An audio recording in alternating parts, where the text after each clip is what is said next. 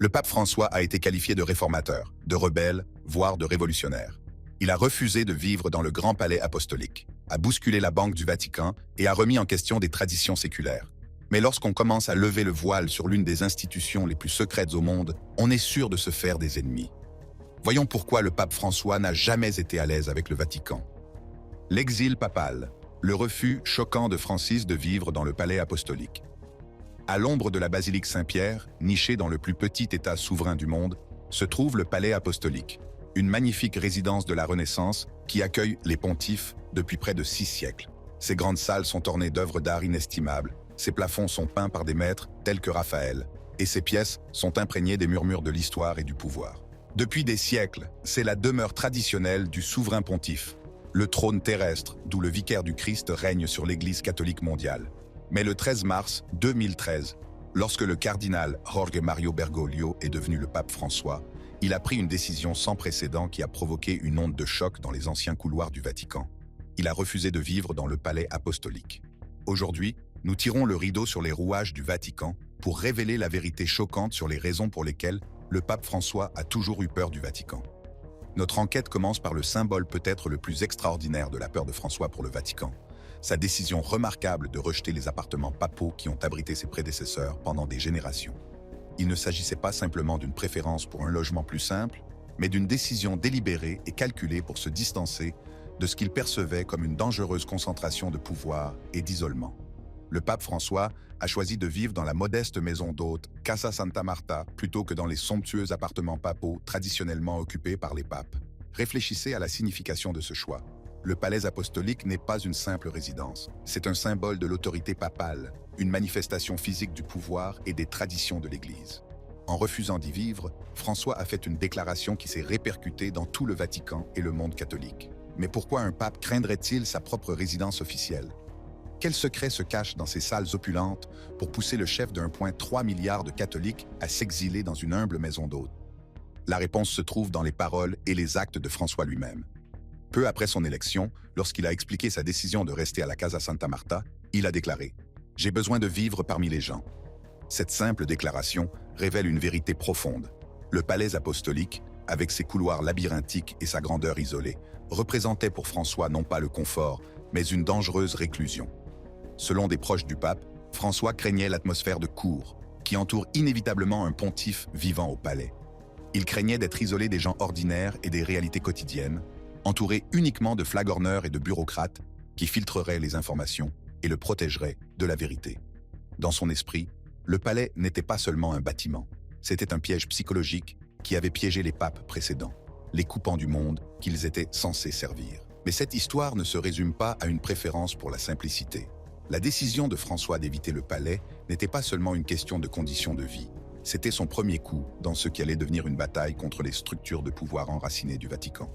En choisissant de vivre dans une maison d'hôte où il dînait avec des prêtres ordinaires, des évêques et des visiteurs, il sapait sciemment l'isolement qui contribue à maintenir le système hiérarchique du Vatican. D'une certaine manière, François voyait dans le palais apostolique une manifestation physique de tout ce qu'il craignait du Vatican. Son isolement par rapport aux gens ordinaires, son opulence dans un monde en proie à la pauvreté, et son rôle dans la perpétuation d'une conception monarchique de la papauté qu'il rejetait fondamentalement. Son rejet du palais correspondait parfaitement à sa déclaration de vouloir une église pauvre pour les pauvres. Le symbolisme était sans équivoque. Comment pouvait-il parler de manière crédible de justice économique alors qu'il vivait dans un palais de la Renaissance rempli de trésors inestimables? Comment pouvait-il critiquer l'idolâtrie de l'argent alors qu'il était entouré de plafonds dorés et de sols en marbre? Il ne s'agissait pas seulement d'une question d'apparence. François comprenait que les espaces physiques façonnent notre psychologie et influencent nos décisions. En restant à l'extérieur des murs du palais, il se protégeait de ce qu'il considérait comme l'influence corruptrice d'une richesse et d'un pouvoir excessif, ceux-là même qui, selon lui, avaient détourné l'Église de sa mission évangélique. Certains initiés du Vatican ont vu dans cette décision une réprimande, une critique implicite de ses prédécesseurs qui avaient accepté le palais et ses atours. D'autres y ont vu une décision stratégique visant à préserver son indépendance vis-à-vis de la machine bureaucratique du Vatican.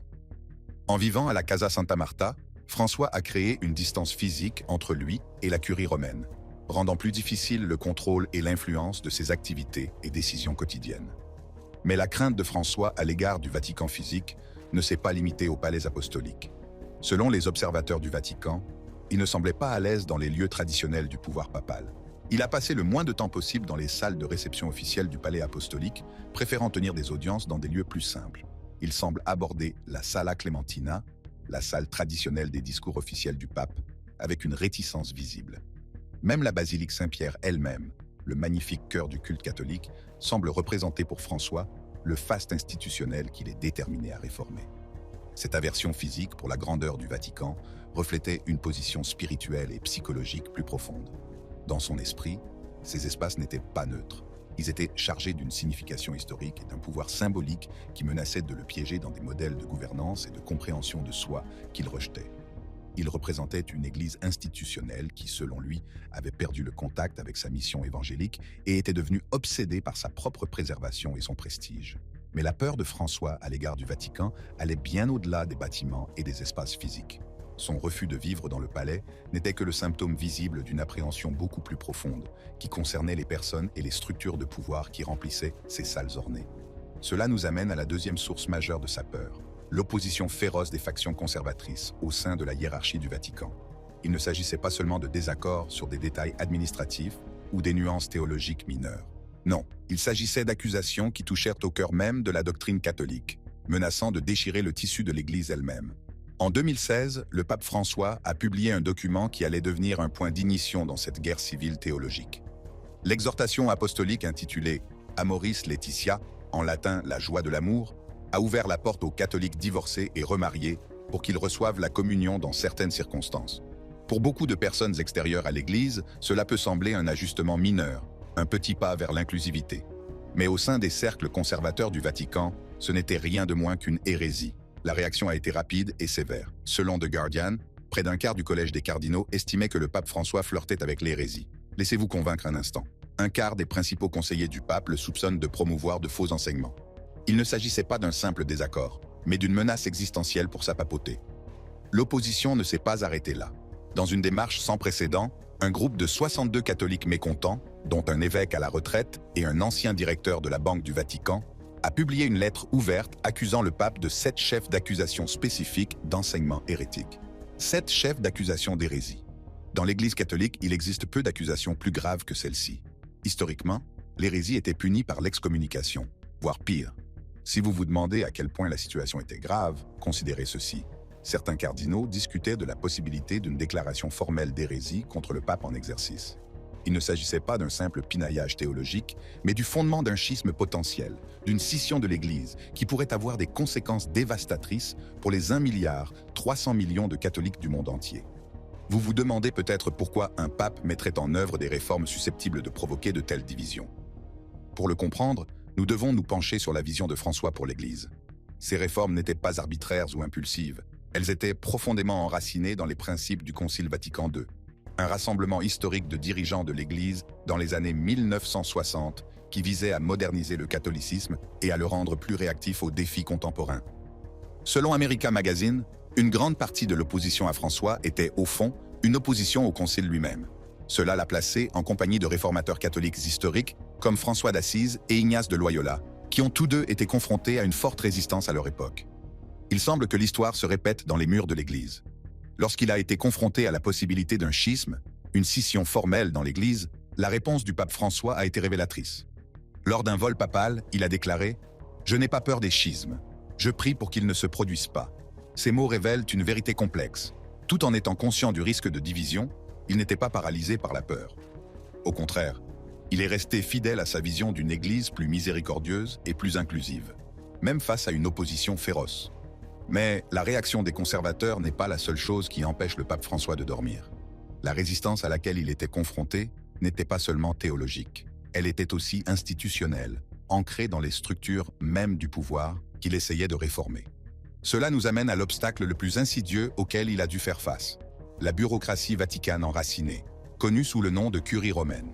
La curie romaine n'est pas un organe administratif comme les autres. C'est un réseau complexe de bureaux et de départements qui est au cœur de la gouvernance de l'Église depuis des siècles. C'est un système qui a sa propre culture, ses propres intérêts et ses propres méthodes.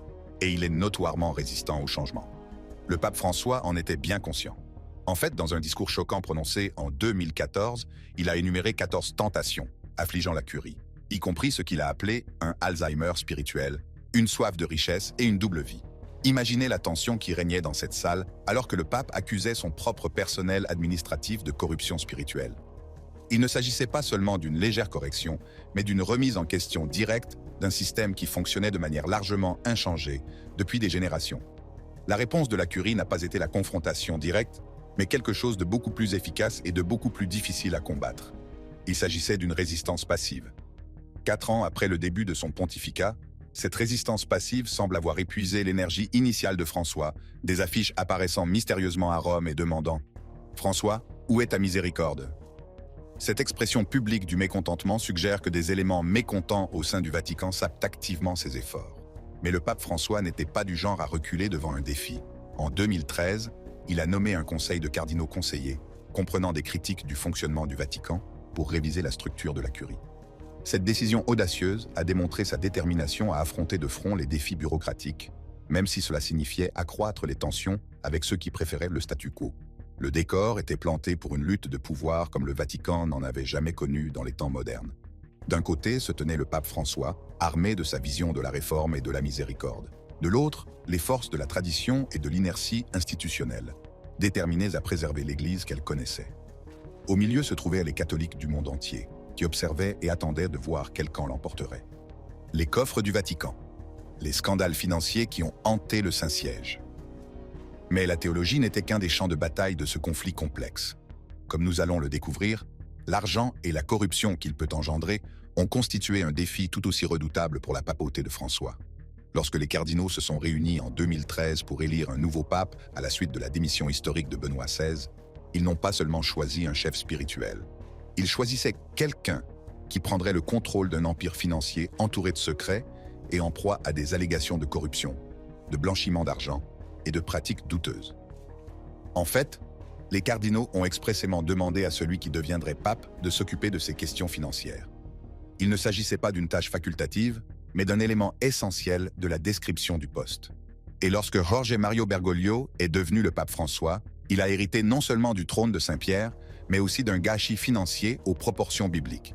Au centre de ce labyrinthe financier se trouvait l'Institut pour les œuvres de religion, plus connu sous le nom de Banque du Vatican.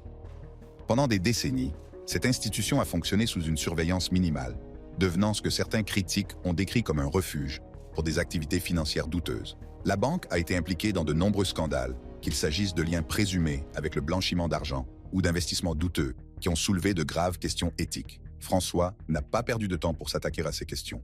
En 2013, il a nommé une commission chargée de réformer la Banque du Vatican et, en 2014, il a remplacé 4 des 5 cardinaux chargés de la supervision. Il ne s'agissait pas d'ajustements administratifs mineurs, mais de changements radicaux destinés à faire le ménage et à apporter de la transparence à une institution longtemps entourée de secrets. Dans un geste qui a provoqué une onde de choc dans les couloirs financiers du Vatican, le pape François a fait part de sa volonté de fermer entièrement la Banque du Vatican si les réformes échouaient. Imaginez la puissance de cette menace. Le pape était prêt à fermer une institution financière qui existait depuis des décennies, plutôt que de laisser la corruption se perpétuer. Il s'agissait d'un homme sérieux, qui n'avait pas peur de démanteler des institutions de longue date si elles ne remplissaient pas leur mission. Mais alors que François poussait à une plus grande transparence et à une plus grande responsabilité, il s'est heurté à une résistance de tous les instants. Les structures financières du Vatican étaient profondément enracinées, avec des intérêts puissants à l'intérieur et à l'extérieur de l'Église, qui s'efforçaient de maintenir le statu quo. Pour chaque pas en avant dans la réforme, il semblait y avoir 2 pas en arrière, la vieille garde se battant pour préserver son influence et ses privilèges. Cette résistance n'était pas seulement frustrante, elle était dangereuse. François remettait en cause des systèmes et des individus dotés d'un pouvoir et de ressources considérables, des personnes qui n'avaient pas l'habitude d'être remises en question ou de rendre des comptes. Plus il poussait à la réforme, plus il risquait de se faire de puissants ennemis au sein même de l'institution qu'il dirigeait. À ces pressions internes se sont ajoutées des menaces externes, émanant de riches donateurs catholiques, en désaccord avec les enseignements sociaux de François. L'accent mis par le pape sur la justice économique et la gestion de l'environnement l'a mis en porte-à-faux avec certains des plus généreux bienfaiteurs de l'Église, créant ainsi une nouvelle source de tension et de peur. Un article paru en 2015 soulignait l'influence des milliardaires catholiques qui financent les églises, les hôpitaux et les écoles, et leur malaise face à la dénonciation par François de l'idolâtrie de l'argent. Il ne s'agissait pas seulement de petits donateurs, mais d'individus ayant le pouvoir d'influer de manière significative sur le bien-être financier de l'Église. Un exemple frappant révèle l'ampleur de cette pression financière. Kenneth Langone, cofondateur de Home Depot, a menacé de retenir un don de 175 millions de dollars pour la restauration de la cathédrale Saint-Patrick, invoquant l'impact de François sur la compassion des donateurs pour les pauvres. 175 millions de dollars. Ce n'est pas de la monnaie de poche, c'est une somme qui pourrait faire ou défaire des projets et initiatives majeures de l'Église. Les pressions financières ne se sont pas arrêtées aux dons pour les cathédrales. Alors que le pape François préparait son encyclique révolutionnaire sur le changement climatique, Laudato Si, qui soutenait les pauvres contre les actions nuisibles à l'environnement menées par les riches et les puissants, les milliardaires ont dépensé des sommes considérables pour le discréditer, le qualifiant d'idéologue et d'égoïste qui se mêle de tout. Cette opposition n'était pas seulement une question de désaccord, c'était aussi une question de pouvoir. En remettant en cause le statu quo économique et en prônant la responsabilité environnementale, François menaçait les intérêts de certaines des personnes et des entreprises les plus puissantes du monde. Ils ont riposté en utilisant leurs ressources considérables pour saper sa crédibilité et son message. Ce qui est particulièrement révélateur de cet aspect du pontificat de François, c'est la façon dont il est lié à ses choix personnels et à son mode de vie. Contrairement à nombre de ses prédécesseurs, le pape François a choisi de vivre dans la modeste maison d'hôte Casa Santa Marta, plutôt que dans les somptueux appartements papaux traditionnellement occupés par les papes. Il ne s'agissait pas seulement d'une préférence personnelle, mais d'un rejet symbolique du faste du Vatican et d'un signal de son intention de réformer l'institution. En refusant les logements luxueux qui accompagnent sa fonction, François a fait une déclaration sur ses priorités et ses valeurs, qui a probablement irrité ceux qui sont habitués à l'opulence traditionnelle du Vatican. Imaginez la scène, un pape qui préfère la simplicité au luxe, entouré des splendeurs de la Renaissance et du baroque. Un réformateur qui tente de mettre fin à la corruption financière et qui se heurte à la résistance de l'Église et de l'extérieur. Un leader défendant les pauvres et les marginaux, défiant les très riches donateurs dont dépendent de nombreux projets de l'Église. Faut-il s'étonner que François ait abordé son rôle avec prudence, voire avec crainte? Non pas la peur pour sa sécurité personnelle, mais la peur pour sa capacité à mettre en œuvre les réformes qu'il jugeait essentielles pour l'avenir de l'Église. La crainte que les intérêts et les pouvoirs enracinés au sein du Vatican ne finissent par l'emporter sur sa vision d'une Église plus pauvre pour les pauvres. Mais l'histoire ne s'arrête pas au scandale financier et à la résistance de la bureaucratie. La relation trouble de François avec le Vatican comporte une autre dimension, qui remonte à l'histoire de l'Église et touche au fondement même de l'autorité papale. Les échos historiques, les schémas de la peur papale tout au long de l'histoire du Vatican. Pour bien comprendre la relation du pape François avec le Vatican, il faut remonter le cours des siècles et se pencher sur les autres papes qui ont pu éprouver des sentiments similaires de contrainte ou de peur. La situation de François était-elle sans précédent ou n'était-il que le dernier d'une longue lignée de pontifes qui se sont trouvés en désaccord avec l'institution même qu'il dirigeait? Nos recherches ont permis de découvrir plusieurs cas historiques qui suggèrent la seconde hypothèse. Le parallèle le plus frappant se situe peut-être au XIXe siècle, sous la papauté de Pie IX, qui a régné de 1846 à 1878. Comme François, Pie IX a dû faire face à d'énormes défis, tant à l'intérieur qu'à l'extérieur de l'Église. Mais ce sont les bouleversements politiques liés à l'unification de l'Italie qui ont été à l'origine de l'expression la plus directe de ses craintes à l'égard du Vatican. Après l'entrée des troupes italiennes dans Rome le 20 septembre 1870, lors de l'unification de l'Italie, Pie IX s'est déclaré prisonnier du Vatican. Dans son encyclique Respicientes ea omnis, 1871, il déclare qu'il ne peut pas exercer son autorité pastorale en toute sécurité, avec diligence et en toute liberté lorsqu'il est détenu, ce qui reflète son appréhension quant à la situation politique du Vatican après la perte des États pontificaux. Cette autodéclaration de prisonnier n'est pas seulement une note de bas de page historique, c'est l'expression profonde d'un pape se sentant contraint et menacé à l'intérieur même des murs censés le protéger. Les parallèles avec la situation de François sont frappants. Bien que les circonstances spécifiques aient été différentes, Pie IX réagissait à la perte du pouvoir temporel de l'Église, tandis que François luttait contre la résistance interne à ses réformes. Les deux papes ont eu le sentiment d'être piégés ou limités par leur position au sein du Vatican. Tous deux se sont retrouvés à naviguer dans des paysages politiques complexes qui ont limité leur capacité à diriger comme ils l'entendaient. Mais l'appréhension des papes à l'égard du Vatican ne se limite pas à ces deux cas. Tout au long de l'histoire de l'Église, il y a eu de nombreux exemples de papes qui ont abordé leur rôle avec prudence ou même réticence, suggérant une prise de conscience de la dynamique difficile à laquelle ils allaient être confrontés.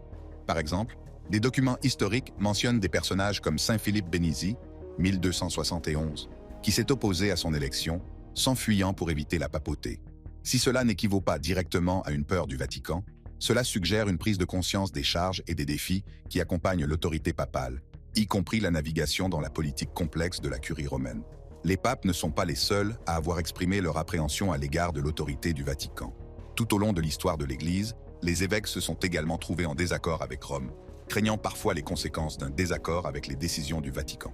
Lors du premier concile du Vatican, 1869 à 1870, environ 10% des évêques présents, environ 74 sur 744, se sont opposés à la définition de l'infaillibilité papale. Leur opposition était fondée à la fois sur des motifs ecclésiastiques, estimant qu'elle s'écartait de la structure de l'Église chrétienne primitive, et sur des motifs pragmatiques, craignant qu'elle n'aliène les catholiques, ne crée des difficultés pour l'union avec les non-catholiques et ne provoque l'ingérence du gouvernement. Si cette opposition n'équivaut pas directement à une peur du Vatican, elle suggère une appréhension significative de son autorité croissante et des conséquences potentielles d'un pouvoir papal centralisé. Ces évêques étaient suffisamment préoccupés par l'orientation du Vatican pour exprimer leur opposition, malgré la pression considérable exercée sur eux pour qu'ils se conforment. Plus récemment, des personnalités comme ont manifesté une opposition encore plus directe à l'autorité du Vatican. Mgr Lefebvre s'est opposé au changement libéralisateur du Concile Vatican II, 1962 à 1965, ce qui lui a valu d'être excommunié en 1988 pour avoir consacré des évêques sans l'approbation du Vatican.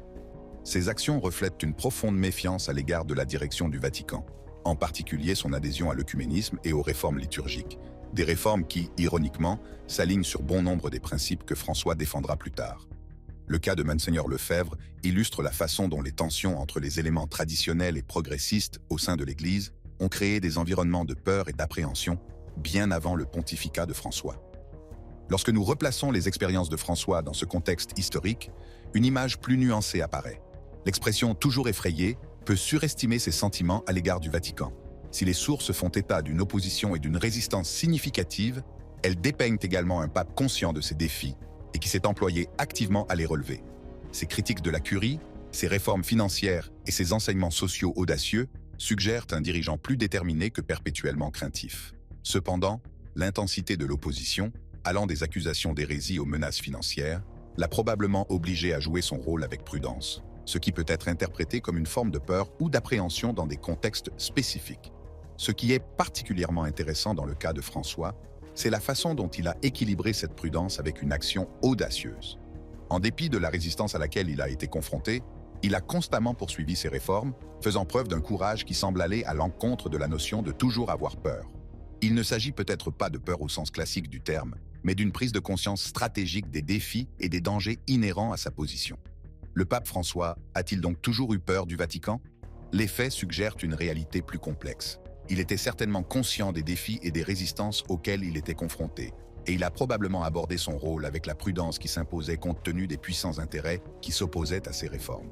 Mais la peur n'est peut-être pas la description la plus exacte de sa relation avec le Vatican.